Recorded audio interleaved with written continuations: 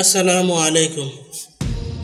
নেতৃত্ব মানে শুধু নির্দেশ দেওয়া নয়, নেতৃত্ব মানে দলকে একত্রে নিয়ে সাফল্যের দিকে এগিয়ে যাওয়া।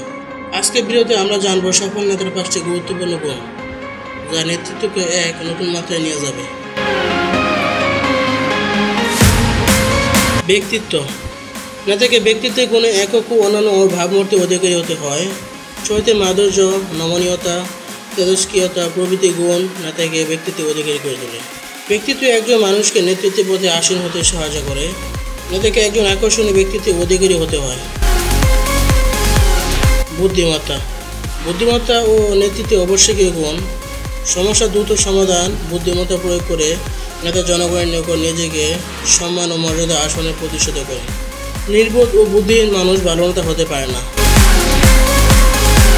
সাহসী। নেতা সাধারণত অস্বাভাবিক সাহসের অধিকারী হবেন। দলের ভিতরে ও বাইরে এবং দেশের ভিতরে ও বাইরে বিরোধী পক্ষ দলগুলো তাকে ধ্বংস করতে চাইবে।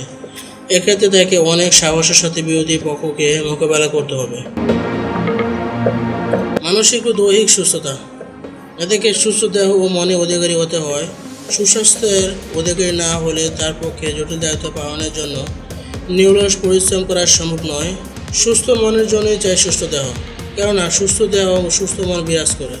নেতা কতটা কর্মদক্ষ ও কষ্ট সহিষ্ণু হবেন তা অনেকটা নির্ভর করে তার মানসিক ও দৈহিক সুস্থতার উপর।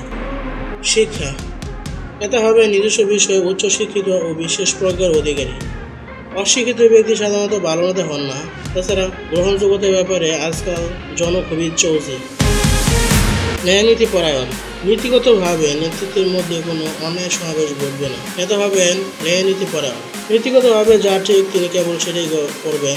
নীতিহীন কোনো কাজের ক্ষেত্রে তিনি কোনোভাবে আপোষ করবেন না।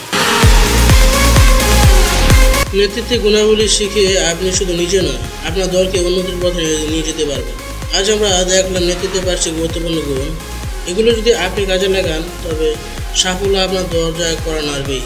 ভিডিওটি ভালো লেগে থাকলে লাইক দিয়ে শেয়ার করুন এবং কমেন্ট করুন।